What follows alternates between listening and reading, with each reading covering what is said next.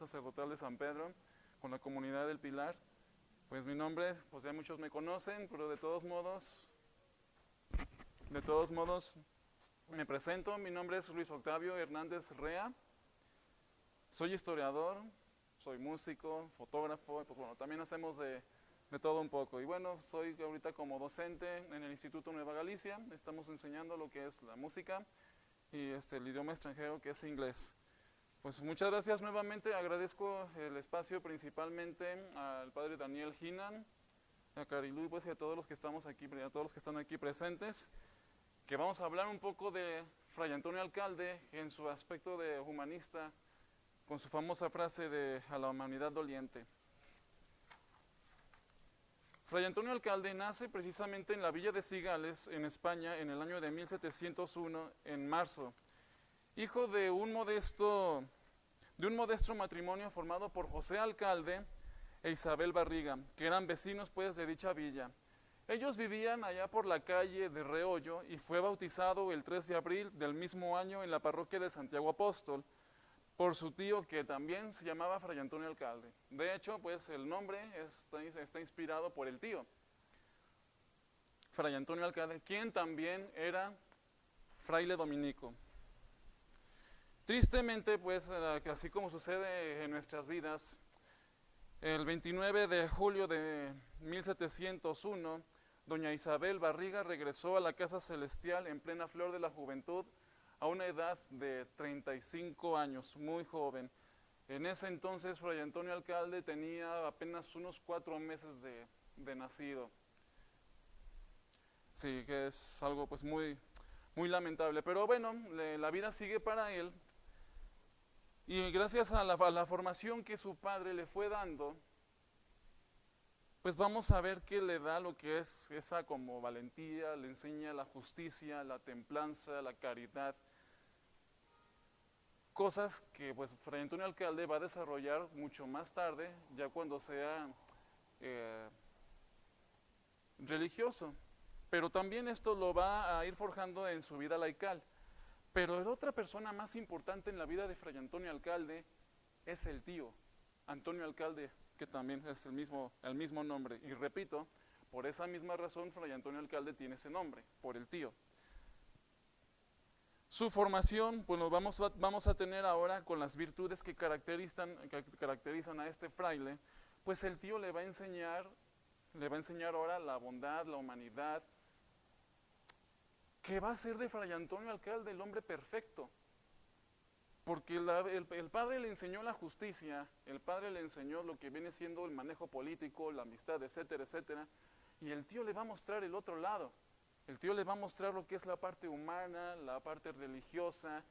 Es donde Fray Antonio Alcalde se enamora del sacerdocio, gracias al tío.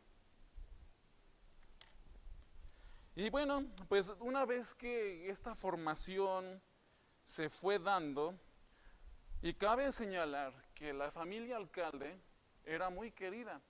De hecho, el papá de Fray Antonio Alcalde, José Alcalde, llegó a ser regidor y llegó a ser alcalde. Lo querían tanto que le decían el tío Chepe. Así era la fama de este señor. Entonces, pues vamos a ver que lo trae en la genética. Lo trae en la genética Fray Antonio Alcalde, pues todo esto de ser amable, de ser humano, de hacer justicia, de hacer templanza, en fin. Pero una vez, repito, que esta formación ya empezó como que a tener ciertas ya limitantes, pues ahora él decide acrecentar más esos límites y se va a Valladolid, donde perfeccionó su humanismo, acrecentando también su interior, meditando lo que es la palabra de Dios, participando en los sacramentos, pero empapándose de la espiritualidad de los frailes dominicos, que es donde Fray Antonio Alcalde empieza primero ahí, empieza sus primeros quehaceres. Ustedes saben que para obtener los votos y para tener la ordenación sacerdotal, pues se requiere de cierto tiempo, se requiere de ciertos procesos, por los cuales, bueno, se tiene que adquirir, ya sea los votos perpetuos y la ordenación sacerdotal. Y lo mismo pues tuvo que hacer Fray Antonio Alcalde, tuvo que pasar por ese largo proceso. Pero bueno, Fray Antonio Alcalde tomó los hábitos el 29 de marzo de 1725, a los 24 años de edad.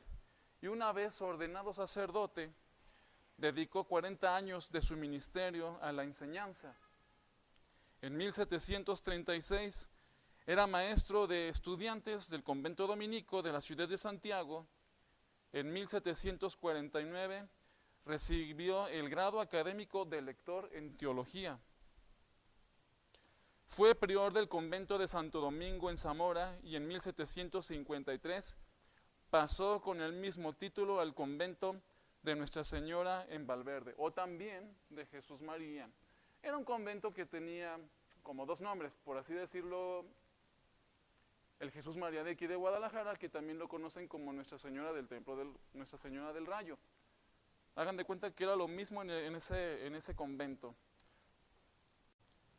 Pero ahí sucede algo muy interesante que no es casualidad, yo creo que le llaman más bien como de cosa de Dios. Diosidencias, algunos le llaman diosidencias, otros le llaman causalidad. Dios ya tenía todo planeado. Dios ya tenía planeado esta situación. Porque qué casualidad que esa noche, un domingo de julio de 1760, el rey Carlos III se encontraba de cacería por las cercanías de Madrid, precisamente ahí en el convento de Valverde, donde en ese momento Fray Antonio Alcalde era prior. Vuelvo a repetir, o sea, Dios ya tenía todo movido, ya tenía todo planeado, todas las piezas ya las tenía acomodadas. Entonces, pues llega el rey Carlos III al convento para pedir una noche ahí. Quieren pasar la noche. Repito, se encontraban de cacería y en ese momento, pues la cacería requería también de cierto protocolo, de cierto proceso, era como un deporte muy bien elaborado y en el cual, pues entonces muchas veces terminaban demasiado noche la cacería. Entonces, por esa razón, el rey Carlos III pide pernoctar en el convento de Santa María en Valverde. Llega y entonces lo primero que hace el rey Carlos III es hablar con el prior.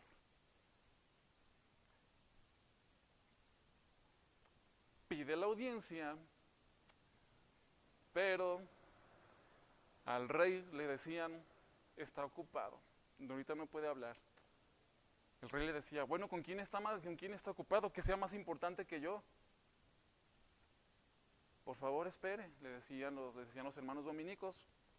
Iban otra vez al cuarto del prior y salían y decían, es que ahorita no lo puede atender. Pues con tal, el rey llega, entra, pide entrar así ¿cómo se puede decir? De manera impulsiva a la celda del prior, y entonces Fray Antonio Alcalde le responde, estoy hablando con Dios. Entonces el rey Carlos III por primera vez se siente chiquito. Carlos III, de una personalidad muy fuerte, pues estamos hablando del rey, de un emperador donde los dominios no se oculta el sol, que alguien le dijera eso, estoy hablando con alguien más importante, es con Dios. Entonces el rey por primera vez se sintió chico. Y una de las cosas más importantes que le empezaron a llamar al rey la atención, pues era cómo vivía. Tenía un simple camastro, tenía una simple mesa, unas cuantas hojas, unos cuantos libros, un crucifijo, pero dentro de esas cosas estaba una calavera. Eso fue lo que más le llamó la atención al rey. Y le pregunta, su ilustrísima, ¿por qué tiene una calavera? Entonces Fray Antonio Alcalde le responde a lo que es la historia oral, palabras más, palabras menos, que la vida es corta, que la vida es como una lucecita, la vida es fugaz, que es como el recuerdo perpetuo que debemos de tener los seres humanos, de que el hombre es efímero.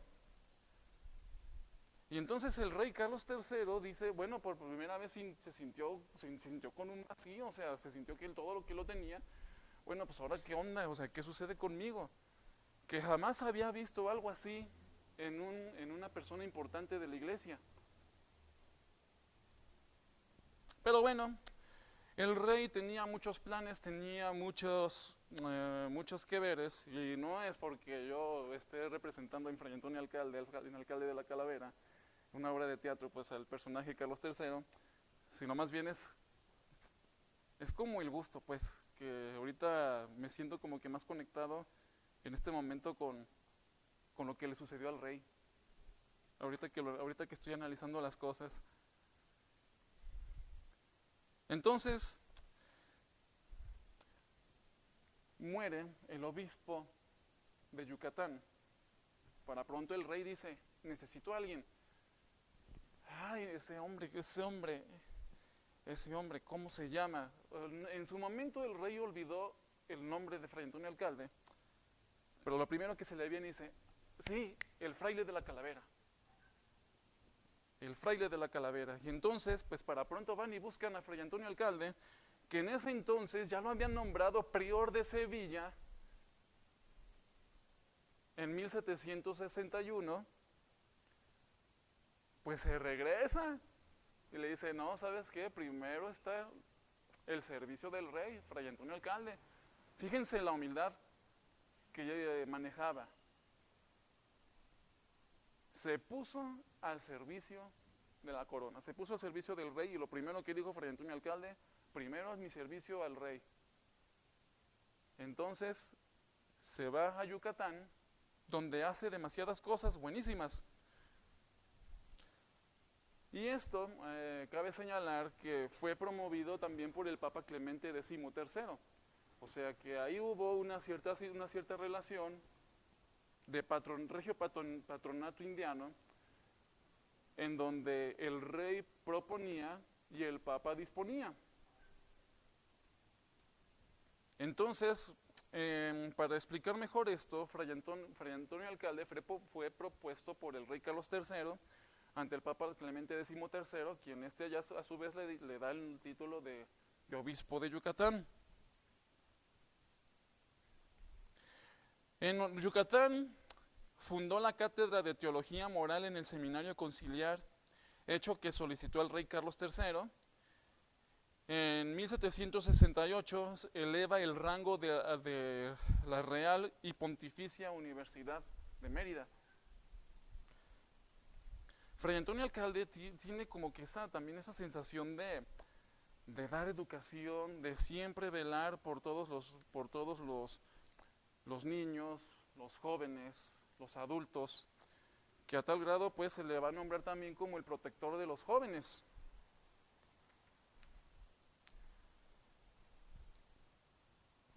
Por cosas de Dios, pues empieza a surgir. Ahorita se me fue el nombre del...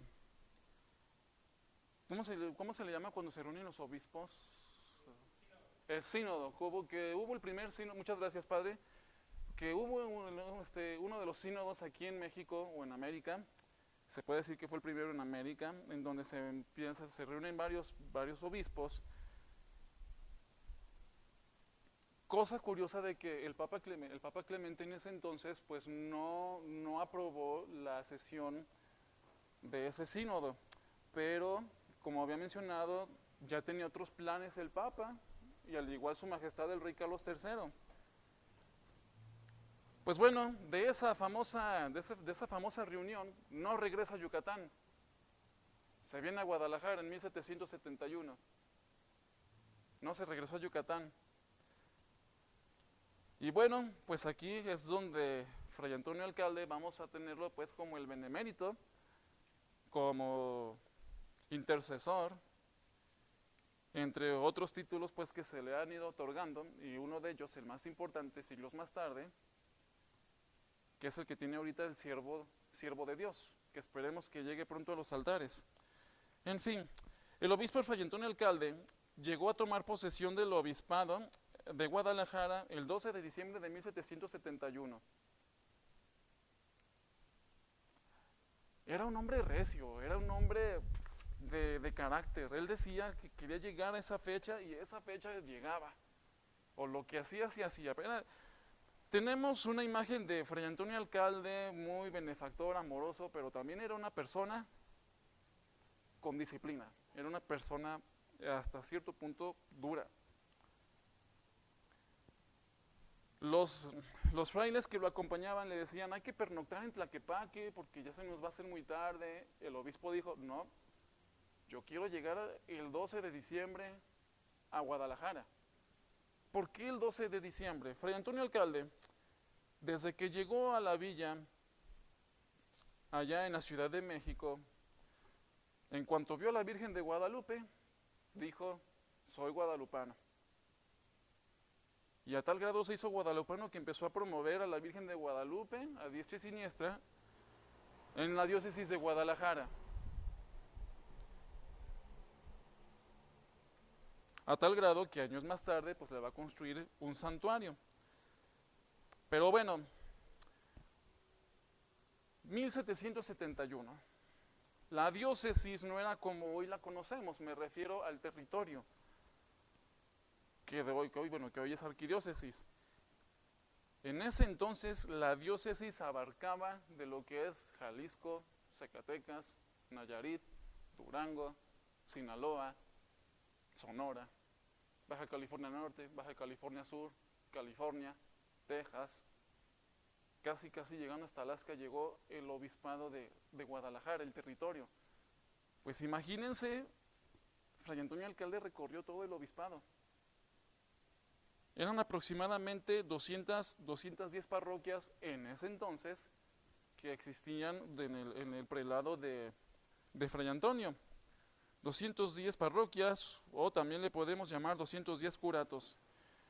Pues en esta primera visita pide al rey la creación de los obispados de Linares y Sonora, porque decía que era extremadamente enorme el territorio del obispado. De hecho, en su momento fue uno de los territorios más grandes en el mundo en la cuestión católica, el obispado de Guadalajara, uno de los más importantes.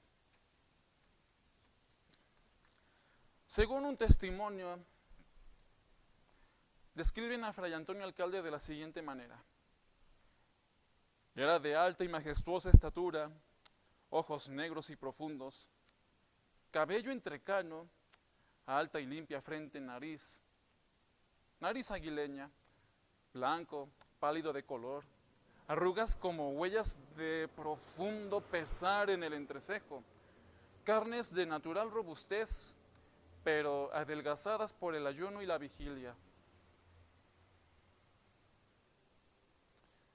Su caridad fue concreta y plena y siempre al servicio del necesitado.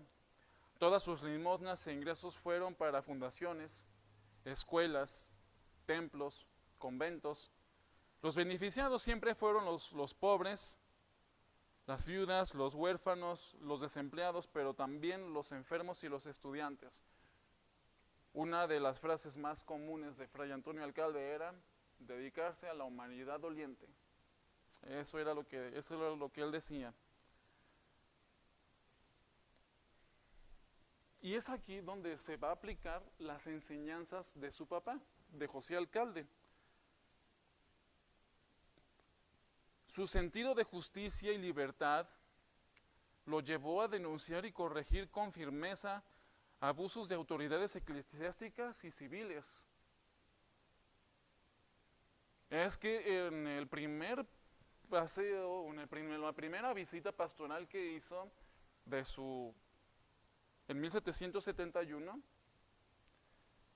pues se dio cuenta que había muchas irregularidades en las parroquias. Entonces lo primero que hizo fue reacomodar las finanzas, reacomodar la estructura de ese momento que se estaban presentando en los templos y en los curatos. Fray Antonio Alcalde pide que sea el trato justo, que sean pues las cuentas claras, que sean cuentas claras. Claro que sí, hizo muchos cambios al darse cuenta pues que había este tipo de situaciones. Y vuelvo a repetir, o sea, con firmeza, corregía con firmeza. Sostuvo un estilo de vida muy austero y cuando alguien le daba un elogio o lo felicitaba por algo, él simplemente se decía, yo soy un simple siervo de Dios, yo soy un simple siervo del Señor. Entonces, de aquí pasamos al alcalde filántropo y humanista. En medio de las adversidades del año de 1786, donde empezó a haber una peste y una escasez de alimentos muy severa, pues los enfermos estaban al por mayor, los espacios, los hospitales de ese entonces, pues no tenían ya cabida, no había un lugar que diera, ¿cómo se puede decir?, abastecimiento a lo que se estaba presentando. En eso, pues él empieza a hacer un movimiento o un proceso para financiar lo que hoy conocemos el Hospital Civil.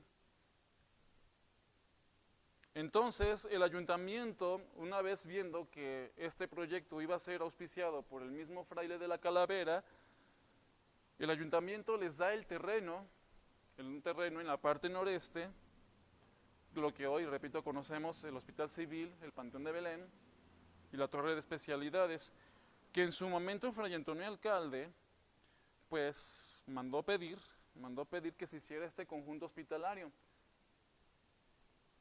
El panteón ya estaba pensado desde la temporada de Fray Antonio Alcalde, pero por cuestiones de procesos y problemas, no se culminó hasta mucho después.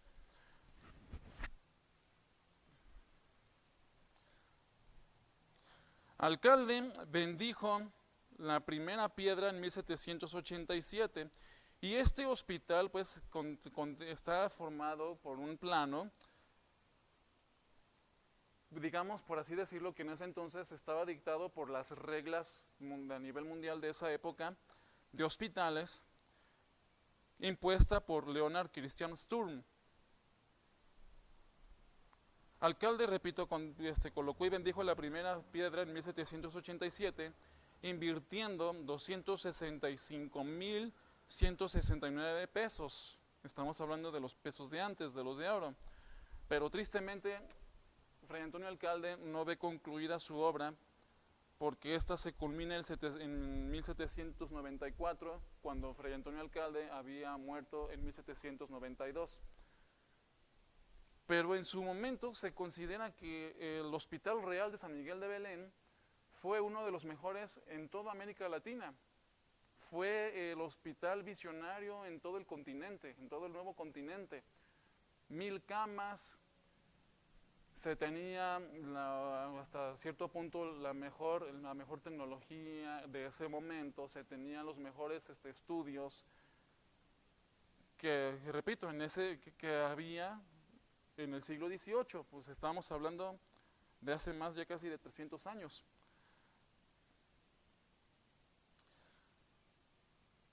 Para eso empieza a crear no solamente un hospital, sino empieza a surgir un sistema.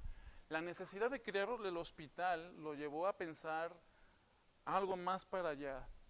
La edificación de las cuadritas, lo que hoy conocemos como el barrio del Santuario.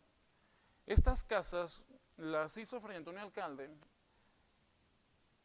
con el fin de cobrar una renta justa, una renta muy módica, pero que a la vez esta pequeña renta o pequeñas rentas de 150 familias apoyaran al Hospital Real de San Miguel de Belén. Y es ahí también por donde precisamente nace la idea de crear el santuario. Fray Antonio Alcalde tiene ese fuego, ese ardor del guadalupanismo que hace el santuario de Guadalupe. La creación del santuario empezó en 1777 y se culminó en 1781 abriéndose al culto. En 1782 fue erigida como parroquia. Y de esta parroquia pues va a surgir la Capilla de Jesús, va a surgir ya después, mucho después, la Sagrada Familia, mucho después Santa Tere, San Miguel del Espíritu Santo. Pero se dice que el crecimiento de estas parroquias es gracias a la herencia de Fray Antonio Alcalde. Porque Fray Antonio Alcalde ya tenía la visión de acrecentar la ciudad hacia ese lado, lo que hoy conocemos como federalismo, que ya quería acrecentar.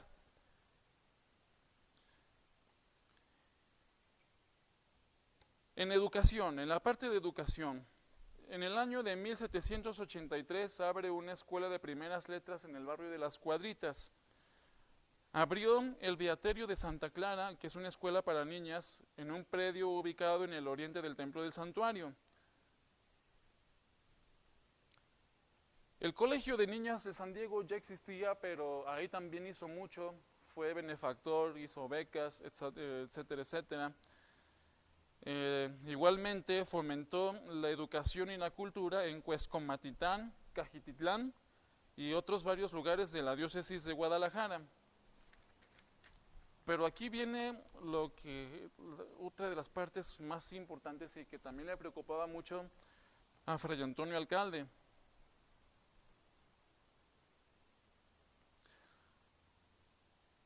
La creación de la Real y Literaria Universidad de Guadalajara. Pero esta ya se tenía antecedentes desde Fray Felipe Galindo. Estamos hablando de Fray Felipe Galindo, que es el fundador del Seminario Conciliar, a finales, si no me equivoco, hacia como en el siglo XVII. Ya se tenía previsto una universidad, pero el rey en su momento le dijo no. 1750, otro antecedente de la petición de universidad. El ayuntamiento comisiona a Matías de la Mota Padilla, regidor de vida perpetua, a que pues moviera ante todas las instancias una formación de una universidad aquí en la Nueva Galicia. Claro, el rey Carlos III pues hizo caso pronto o caso presto pues a esta petición y empezó a hacer cuestionarios a los distintos niveles de poder civil. Y claro, se truncó este proyecto gracias a la Universidad de México, porque decía la Universidad de México, yo tengo la capacidad de darle educación a toda la colonia. Claro, pues se enojaban, o sea, sentían que la competencia se les iba a venir ya. Entonces, conforme a estos antecedentes, pues Fray Antonio Alcalde, me faltó otro. En 1770 el ayuntamiento volvió a pedir petición a que se hiciera la universidad, pero pues nuevamente pues fue truncado el proyecto. Y repito, ya con Fray Antonio Alcalde, pues ya Fray Antonio Alcalde como en palabra y con decisión, ya habiendo sucedido todo lo de la expulsión de los jesuitas,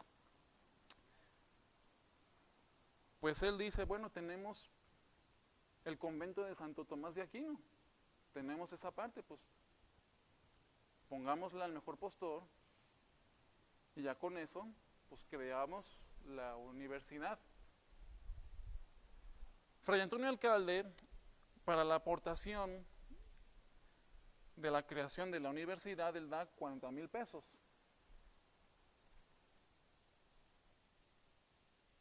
Fue a pesar de que fue muy caritativo, fue muy bien administrado.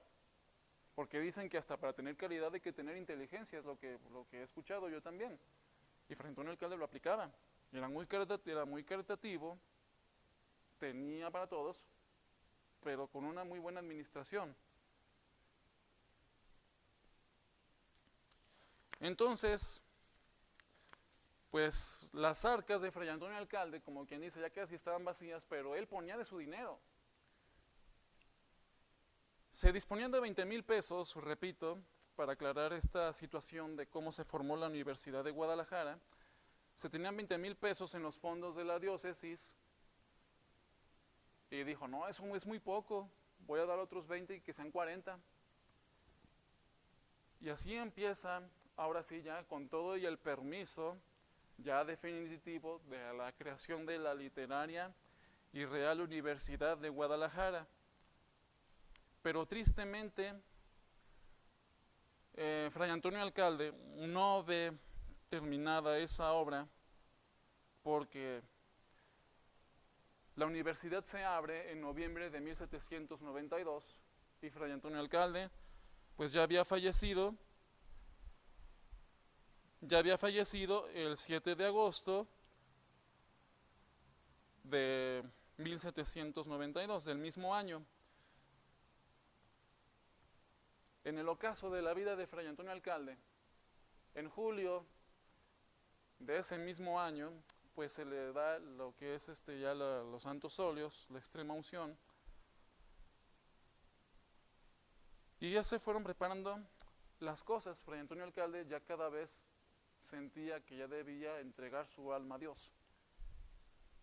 Y así fue. Él fallece en la casa del obispado y ahí le hacen el catafalco, le hacen las honras fúnebres ahí. En la casa del obispado, es lo que hoy donde se encuentra el palacio del ayuntamiento. El palacio del ayuntamiento, eso ya fue una remodelación que se hizo, tumbaron el edificio original del palacio del obispado y hicieron este nuevo, claro, o sea, dándole una lectura arquitectónica conforme al centro, o sea, hasta eso lo hicieron bien, el palacio del ayuntamiento. Pero bueno, según testimonios, vamos a ver el cortejo fúnebre de Fray Antonio Alcalde de esta manera. Porque para esto, el cortejo fúnebre fue del Palacio Episcopal al Santuario de Guadalupe, que es donde descansan sus restos mortales. Dice así: comenzó por las cofradías a que seguían las terceras órdenes de Santo Domingo y San Francisco, con sus estandartes y cruces y vela en mano. San Juan de Dios, mercedarios, carmelitas, agustinos, franciscanos y dominicos. Luego seguía el colegio seminario, arrastrando beca con su rector y catedráticos de hábitos de bayeta. Luego el numeroso clero con sobrepelliz y la familia de su ilustrísima y oficiales de las curias con luto riguroso. Seguía el coro de la Santa Iglesia Catedral, entre cuyos individuos iban los que llevaban la mitra y báculo, terminando el cuerpo eclesiástico con el venerable cabildo que llevaba el cadáver, en un féretro rico de terciopelo negro, alternándose a cargarlo el clero y las sagradas. Continúa. A continuación iba el cuerpo de la noble ciudad con sus masas enlutadas y un crecido número de personas distinguidas incorporadas en él. Inmediatamente seguían los señores ministros de la Real Hacienda y la Real Audiencia, todos con hachas de cera en mano, y últimamente las milicias provinciales con cajas y armas a la funerala. Es así como menciona pues el testimonio. Cerrándolo todo, la estufa de su ilustrísima perfectamente cubierta de bayetas y sus lacayos. En el intermedio de las calles del tránsito se dispusieron varias camas colgadas de seda y con 12 hachas para hacer posa con un solemne responsorio. Llegando el cadáver al santuario y en la parroquia expresada, se hizo el oficio sepulcral y se colocó entre la pared del presbiterio al lado del evangelio, bajo una estatua bien trabajada de su ilustrísima, que lo representa arrodillado, adorando a la Santísima Virgen.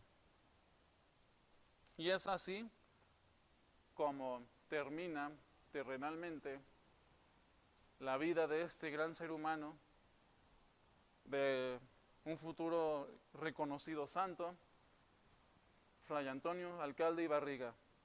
Muchas gracias.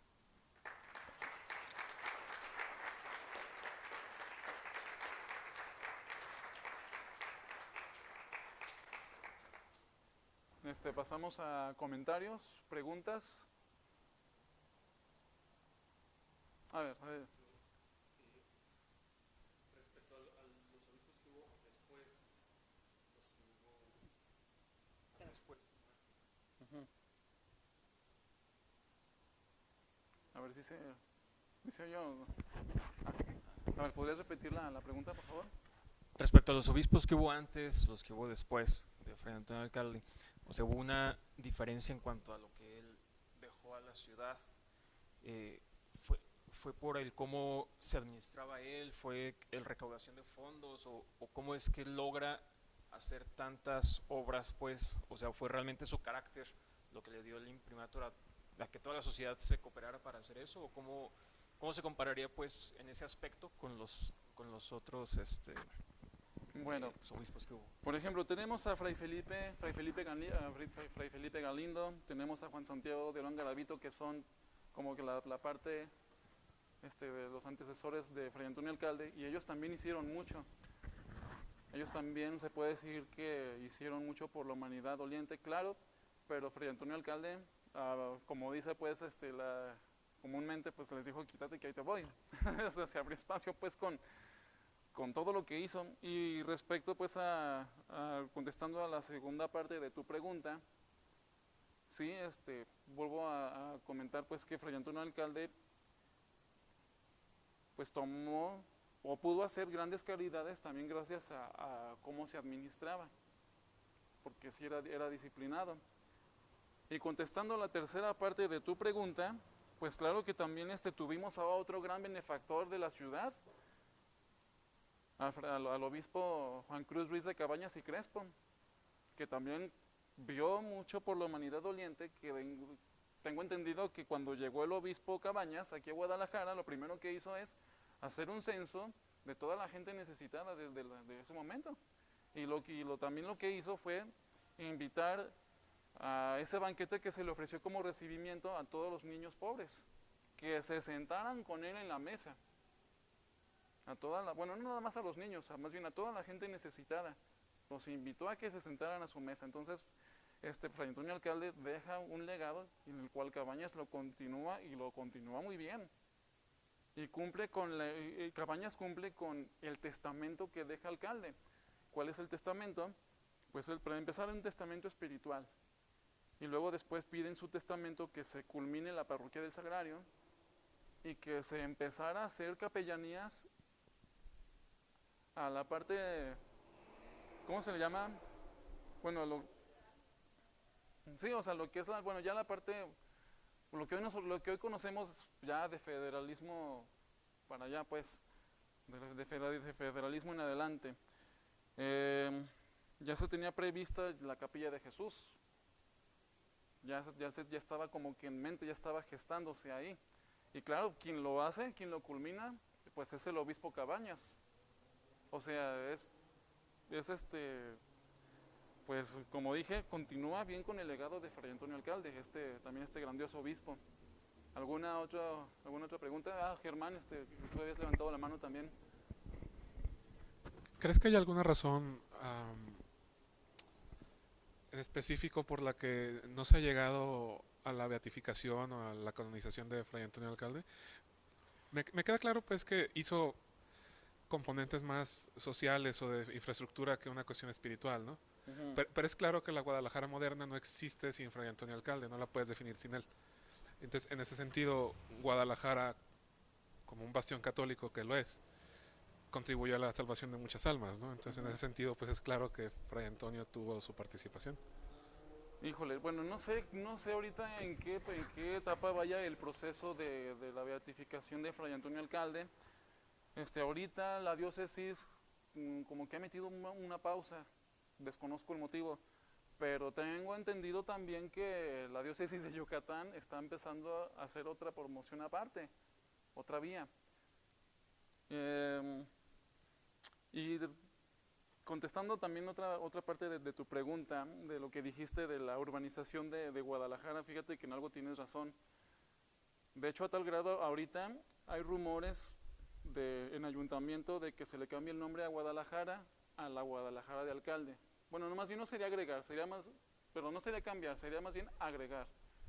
Quieren agregarle de alcalde a la ciudad de Guadalajara. Esto lo está gestionando el ayuntamiento de ahorita. No sé cómo vaya a ser esa situación, pero sí está en planes de que se cambie, perdón, de que se agregue el de alcalde. Porque como dices tú, es que, o sea, fue también una cuestión urbanística lo que hizo Fray Antonio Alcalde. Y también pues fue una cuestión pastoral, fue una cuestión religiosa, todo eso pues que ahorita pues ya conocemos. ¿Algo más? A ver, Padre Javier, adelante. Con referencia al guadalupanismo, la devoción a Nuestra Señora de Guadalupe, ¿estaba difundida aquí en Guadalajara antes de Fray Antonio Alcalde o fue pionero? Sí había la devoción, pero voy a mencionar ahorita un libro que se me viene a la mente, donde este autor menciona la Guerra de las Vírgenes, donde estaban diciendo de que cuál va a ser la titular, que si la Virgen de Guadalupe, la Virgen de Zapopan, que la Virgen de Lagos, pero a final de cuentas, pues a nivel nacional se estableció que fuera la Virgen de Guadalupe. O sea, y el autor, o sea, no lo hace también con el fin, pues, de hacerlo como, de quedar mal eso de la Guerra de las Vírgenes, no. Él simplemente lo puso, pues, porque se estaba presentando como que una cuestión ideológica y de, ¿cómo se llama?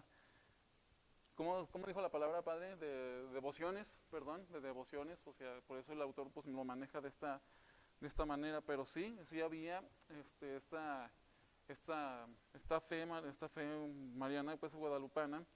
Y Fray Antonio Alcalde es el que ya estructura y define de que en Guadalajara también exista un santuario guadalupano. Reafirma más bien eso.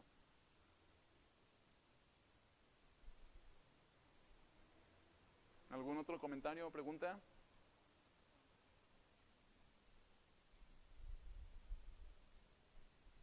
Me voy a hacer como en la escuela, a ver.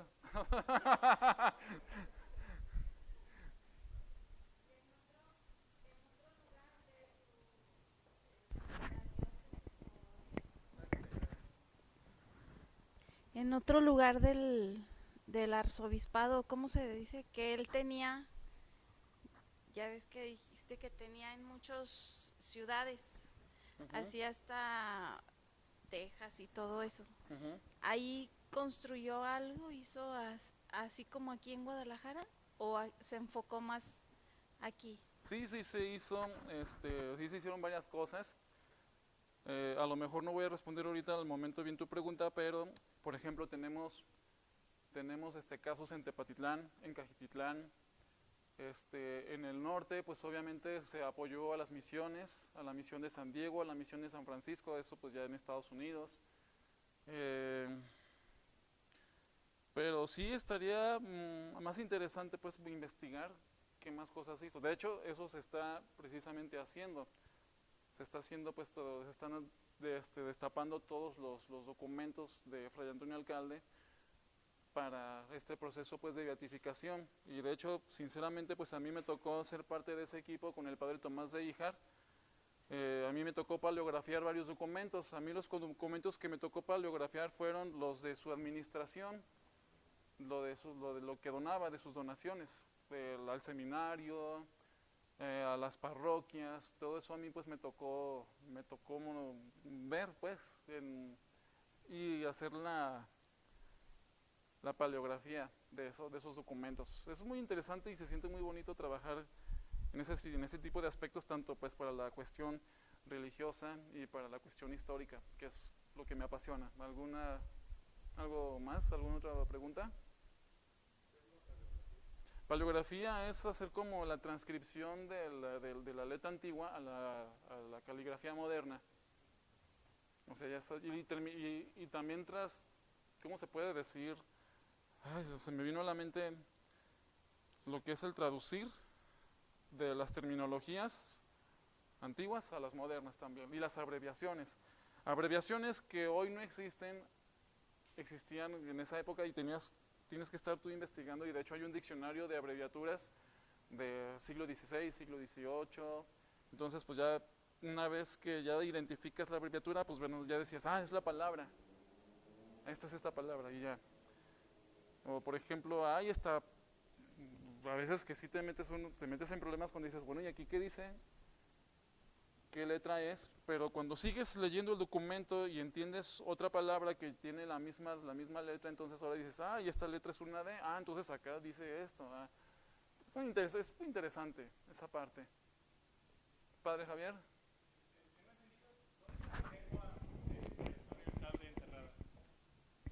¿Sabe? He escuchado que hay como ciertas partes de su cuerpo enterrado en distintas partes.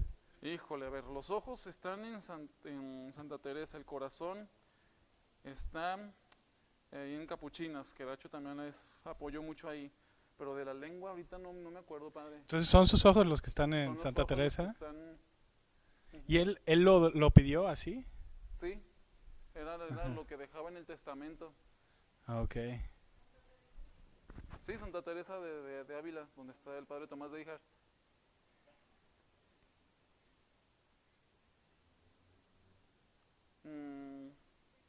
A ver, Wendy.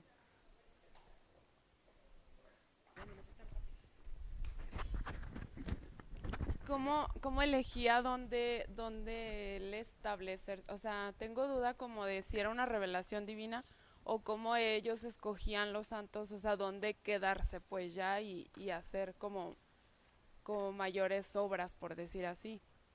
Porque, por ejemplo, no sé, el Padre Pío, o sea, por ejemplo, yo a lo que vi, pues, su vida, era como que decía, pues yo aquí no me voy a quedar, o sea, Dios no me quiere para aquí, pero no sé si, o sea, si eso yo lo vi en una película, entonces no sé qué tan confiable puede hacer, ¿no? Esa información. Sí, desconozco si Fray Antonio Alcalde haya tenido también ese sexto sentido, pues que Dios le haya otorgado, pero lo que sí sé es que él ya había tenido muchas experiencias, tanto en España, en Yucatán, de lo que pasó pues de las epidemias, de lo que viene siendo todos esos tropiezos fuertes. Por ejemplo, eso de esa sensación de a lo mejor no haber vivido con su madre, a lo mejor ese apoyo carente, claro, o sea, tuvo apoyo de nodrizas o de nanas, pero a lo mejor esa falta o ese hueco fue lo que como que lo motivó pues a andar buscando y andar viendo y esas experiencias. Entonces al notar, por ejemplo, no sé, si en algún momento en alguno de sus conventos haya habido algunos problemas, a lo mejor él con ese sentido paternalista otorgó las provisiones necesarias para resolver esos problemas. Por ejemplo, en 1760, 61 y 65, pues ya había habido también unas sequías en Yucatán. Ya Fray Antonio Alcalde ya tenía entonces ya la experiencia, ya tenía todo, ¿cómo se puede decir? Para saber cómo actuar, las vivencias cuando sucedió lo mismo aquí en Nueva Galicia. Sí, o sea, es más que nada eso. Y Fray Antonio Alcalde ya tenía así como que ya los lugares y ya sabía también por experiencia dónde quedarse y cómo actuar. Gracias a ustedes. Muchas gracias, buenas noches.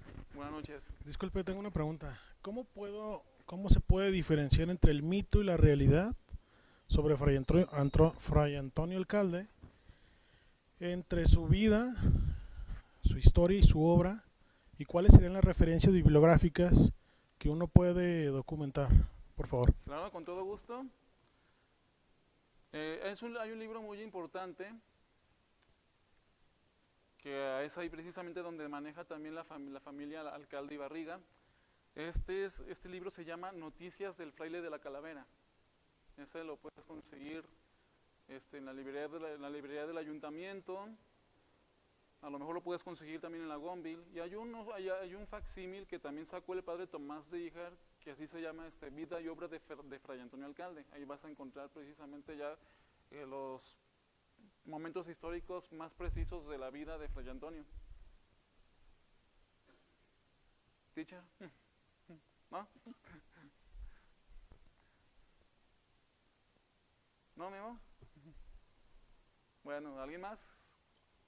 No, pues gracias a ustedes nuevamente, agradezco pues a los padres el espacio para que yo pues pueda compartirles esto de Fray Antonio Alcalde. Si me permiten hacer un pequeño anuncio, voy a hacer otra vez este anuncio de la obra que estamos presentando de Alcalde el Fraile de la Calavera. Si es posible, pues ojalá que se pudiera presentar aquí para que ustedes también la puedan ver.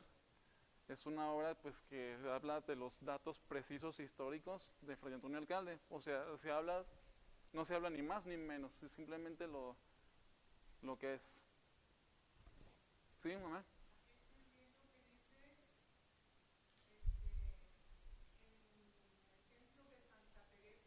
Uh-huh. Está guardando la lengua. Uh-huh. Uh-huh. Entonces está en Santa Teresa.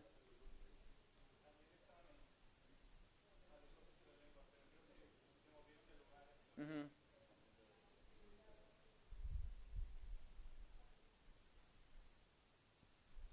¿Sí?